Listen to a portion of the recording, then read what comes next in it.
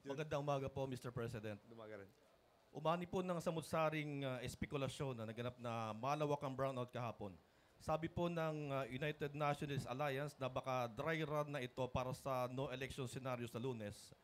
Ano po ang nakuha niyong information dahil mukhang nagtuturoan ng mga power producers at ang National Grid Corporation of the Philippines sa sanhi po ng brownout? Well, kausap ko rin si Secretary Petilla kahapon, no? Pero ngayon kausap ko rin bago nitong press conference.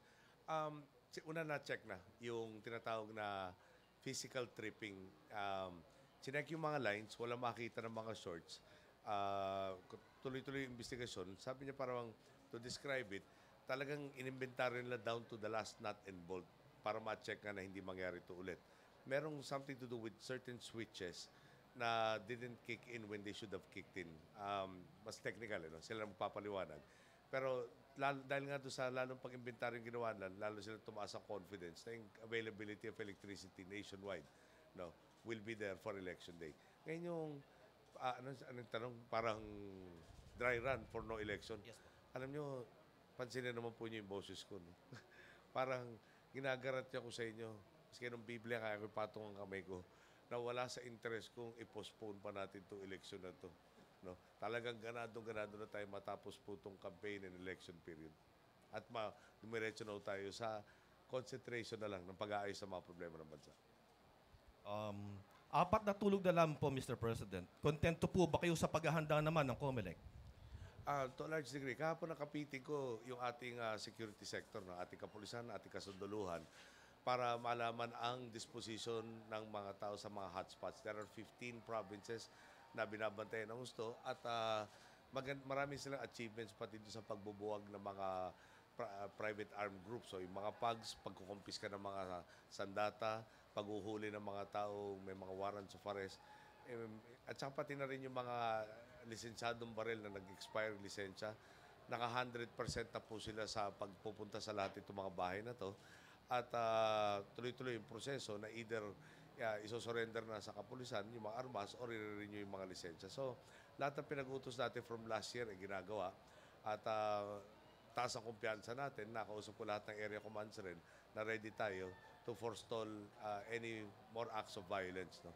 Ngayon, yung paalala ko lang po sa lahat, ang Sandatahan Lakas at Kapulisan, ang kabuuan ay 250,000.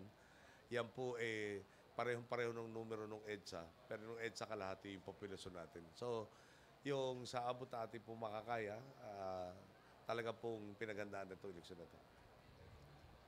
Last na lang po, Mr. President. Lumabas po yung mga balita na 7 mula sa Team Pinoy at 5 mula sa UNA ang dadalhin ng Iglesia ng Cristo. Sabi po naman ng Mamasid, mukhang pinagbibigyan lamang ng INC ang dalawang partido dahil sa binay factor naman sa 2016. Ano po? Tiwala ba kayo na dahil sa Pinoy Magic, na sabi ng mga nagmamasid ay namanan nyo kay Tita Cory, ay may isama sa Magic 12 sina Rizon Taberos, Jambi Madrigal at Jun Magsaysay? Hindi tayo maasa sa Pinoy Magic, umaasa tayo sa sambayanan. Parati ko sinasabi, mga boss ko, ang bahala sa akin, nakasandal ako sana, sila nagbibigay ng lakas, sila magsasabi kung sino ang karapat-dapat. At doon po nagmumula yung tiwala natin. Maraming salamat po. Thank you. Rema, Pidiaplot, Suwi TV. Good morning po, sir. Morning.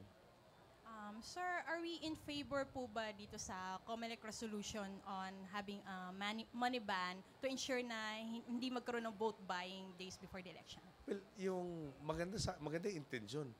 Pero kahapon, pinagtanong ko, a typical Jollibee store, for instance, or McDonald's for that matter, will make transactions of about 100,000 a day. Yun yung ban. That's typical. There are some exceptional branches around that will take in 500,000 in transactions a day. So, pwera pa dun yung palengke. Paano yung mga baksakan kaya ng isda? Maganda yung konsepto. Well, maganda yung idea, pero mali siguro yung paano mo patutupad. Parang equivalent na rin sa sinabing, hihinto natin yung ekonomiya parang during the time of the ban. And I don't think that is the intention of COMELEC.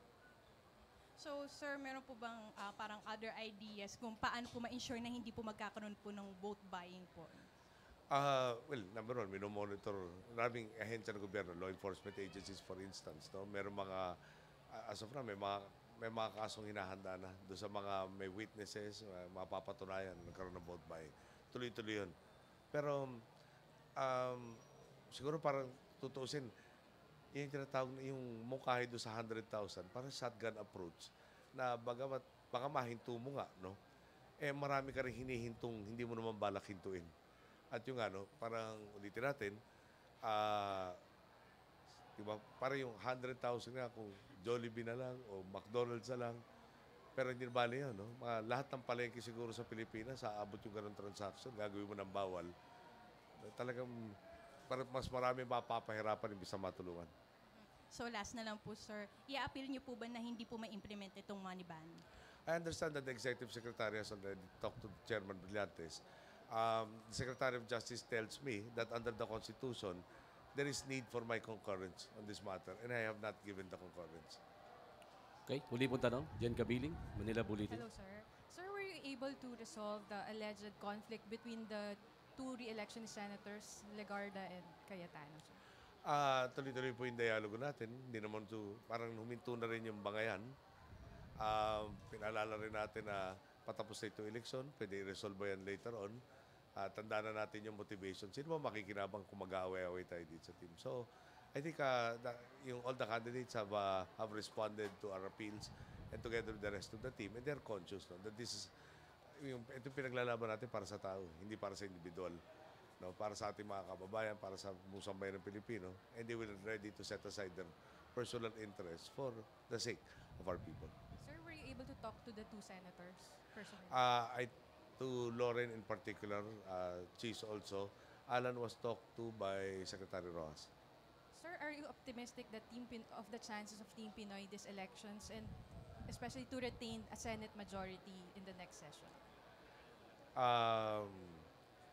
Mahirap naman siguro. Alam mo, parang for the past few days, yung concept ng baka mausod ang paikot-ikot sa aking isip, no? Malapit tayo election, hintayin ko na lang muna bago tayo magsabi, anong plano natin after? Alam mo, maski anong komentaryo ko dyan, sasabihin na naman, kita rin niya. Kapon, Noel, ngayon naman siguro ayos na yung resulta ng election. Quiet na lang ako. Hintayin ko na lang yung resulta sa Monday. Thank you, sir. Okay, maraming salamat, Thank Mr. you. President. At maraming salamat sa mga kasama sa video. Magandang umaga po. At maraming salamat. Behave kayo.